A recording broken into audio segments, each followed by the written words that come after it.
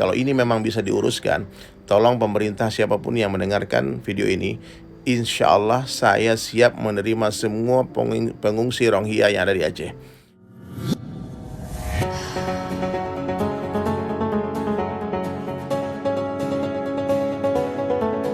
Di tengah gelombang penolakan kedatangan pengungsi Rohingya di Aceh, sosok pendakwah Ustadz Dery Sulaiman menyita perhatian publik.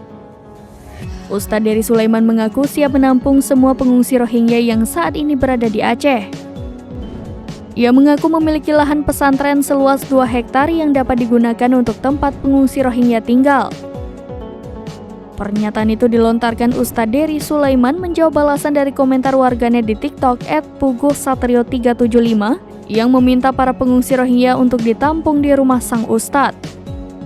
Mendapat pertanyaan demikian, musisi yang juga pendakwah Ustadz Dery Sulaiman merespon dan mengaku siap menampung pengungsi Rohingya yang berada di Aceh bila pemerintah mengizinkannya.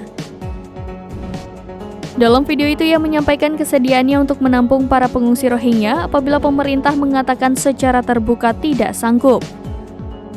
Ustadz Dery mengatakan para pengungsi Rohingya itu nantinya akan ditampung di pesantren yang ia bangun bersama temannya. Ustadz Dery terbuka untuk membantu para pengungsi Rohingya hingga mencarikan mereka pekerjaan.